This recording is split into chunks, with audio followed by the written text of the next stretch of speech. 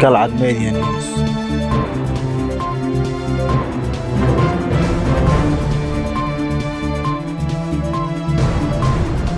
Galcad Media News.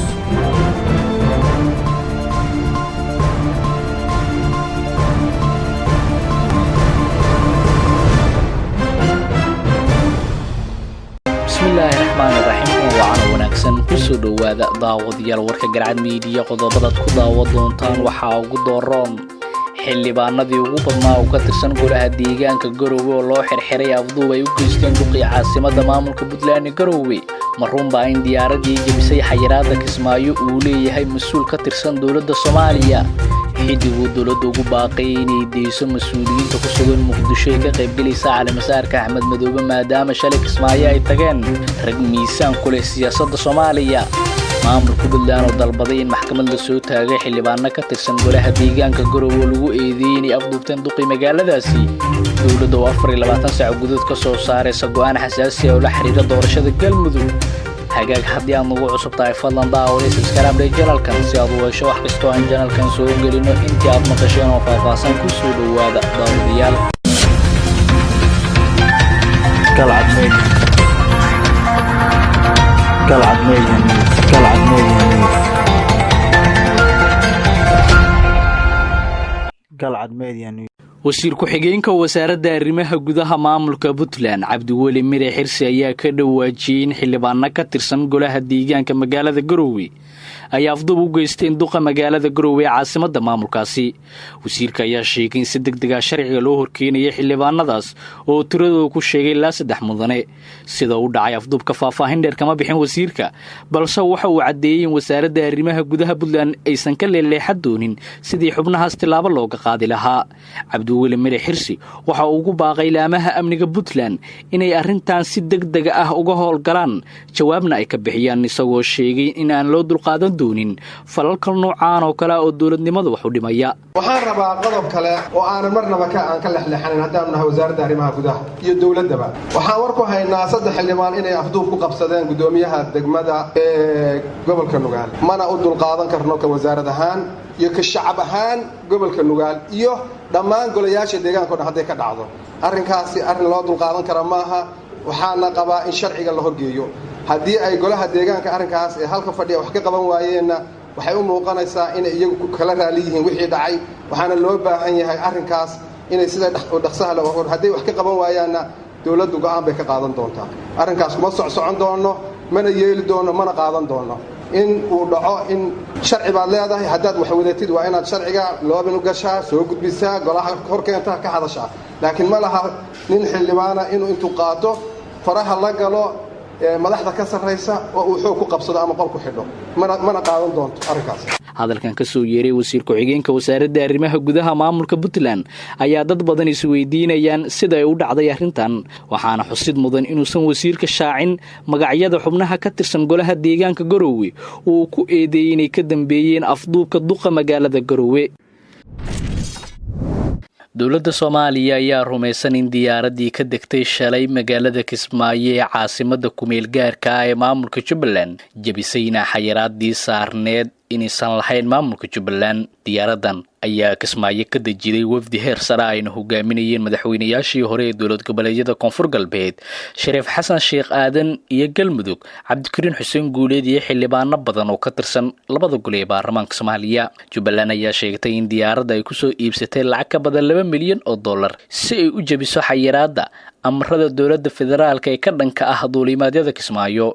ila wareedyo ka tirsan dawladda ayaa inoo sheegay in nooca diyaaradda maanta ka degtay Kismaayo ay tahay Faker Conton oo lambarka diiwaankeedu yahay FYGXG waxaana ay ku duuleysay shati ay leedahay shirkadda Jubba Airways warar kale oo aan haynay ayaa dhinaca kale sheegay in diyaaradda ay u koreysan tahay shirkad uu leeyahay siyaasi iyo ganacsade Soomaali ah oo ku jira dawladda gaar ahaan xildhibaanada baarlamaanka Soomaaliya lagu magacaabo Cabdi Cali Gees wararkan ayaa sidoo kale sheegay in Jubbaland laga yaabo inaysan si toos ah u soo iibsan diyaaradda balse taa beddelkeeda ay iibsatay saami ka mid ah shirkadda uu leeyahay siyaasiga Soomaaliga ah sidaas darteedna ay u awooday inay adeegsato diyaaradda dawladda Soomaaliya ayaa arrinta baaritaan ku haysa waxaana la filayaa inay go'aan ka soo saarto wararkan ayaa isoo taraya saacadba saacadda ka dambeeda waxaana idinla socodsiin doonaa daawadayaal wixii ku soo kordha. xildhibaan cabdirashiid maxamed xidig ayaa ugu baaqay dowladda Soomaaliya in mas'uuliyiinta Muqdisho ku sugan u ogolaato inay aadaan Kismaayo ay ka qayb galaan caleemasaarka madaxweyne Axmed Madoobe. arrintan ayaa timid kadib markii shalay Kismaayo ay ka degtay diyaarad sida Shariif Xasan Sheekh Aadan iyo Cabdikariin Xuseen Guule taasoo fashilisay qorshe ay dowladda ugu hor istaagaysay mas'uuliyiintii hore inay ka qayb galaan caleemasaarka madaxweyne Axmed Madoobe. dowladda federaalka waxaan ugu baaqayaa inay fasaxdo kooxda qaran dumiska ah inta xamar joogtay ee Kismaayo u soo socota ay doonaya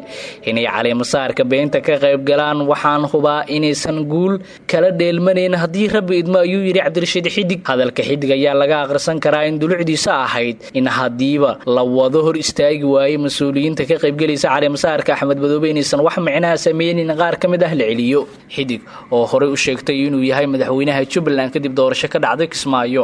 ayaa dhinaca kale baaq u jeediyay shacabka Jubbaland iyo shacabka Soomaaliyeed. shacabka reer Jubbaland ee xalaasha ah isbedel doonka waxaan ugu baaqayaa inay u diyaar garoobaan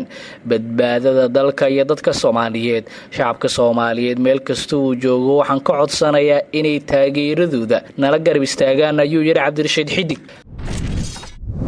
dowladda Soomaaliya ayaa lagu wadaa in 24 saac soo aadan ay go'aan ka gaarto caqabado badan oo ku horgudban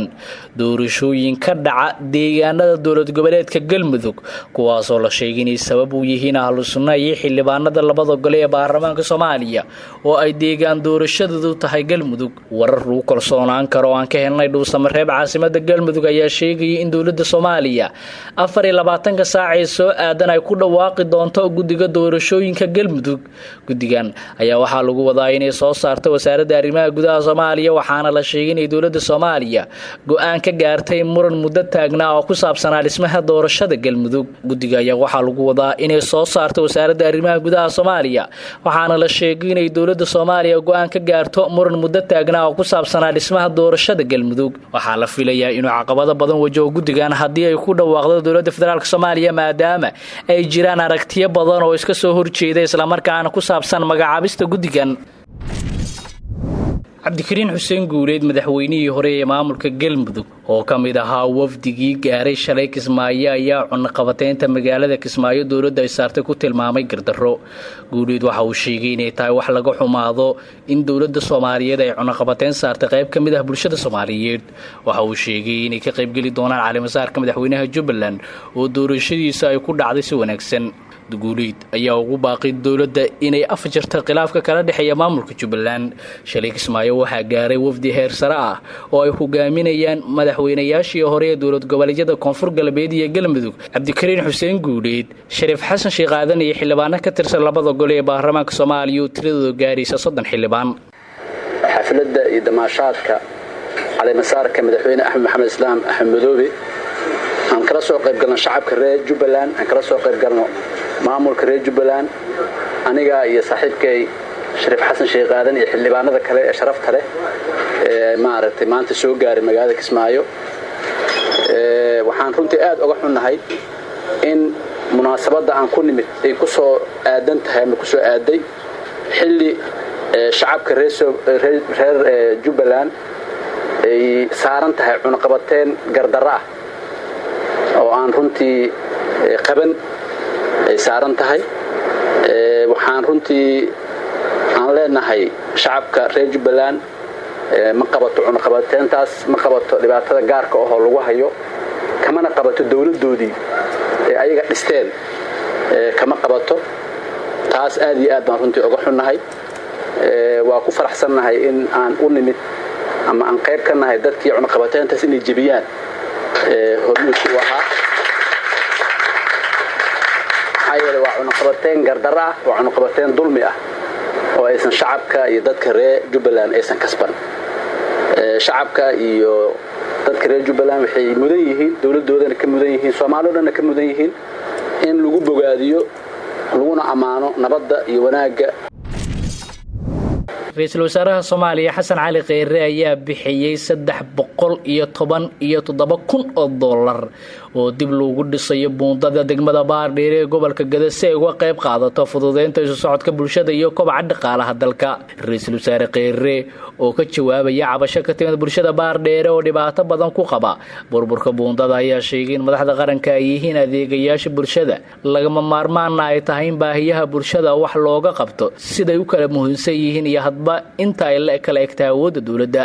Qaar ka mid ah xildhibaanada labada aqal oo ra-iisul wasaare Xasan Cali Kheyre ku soo booqday xafiiska ayaa uga mahad celiyay ka jawaabida baaqa bulshada iyo bixinta lacagta dib loogu dhisayo buundada Baardheere oo muhiim u ah dib u kabashada dhaqaalaha dalka, horumarinta ganacsiga, fududeynta isu socodka, amniga iyo badqabka dadka iyo gaadiidka safarka ah. daawadayaal waa naga intaa warkii aad kala socoteen Galcad Media. haddii aad nagu cusub tahay fadlan daawada subscribe dheh channelka si aad u hesho wax kasta oo aan channelkan soo gelino. Galcad Media. Galcad Media News. Galcad Media News. Galcad Media News.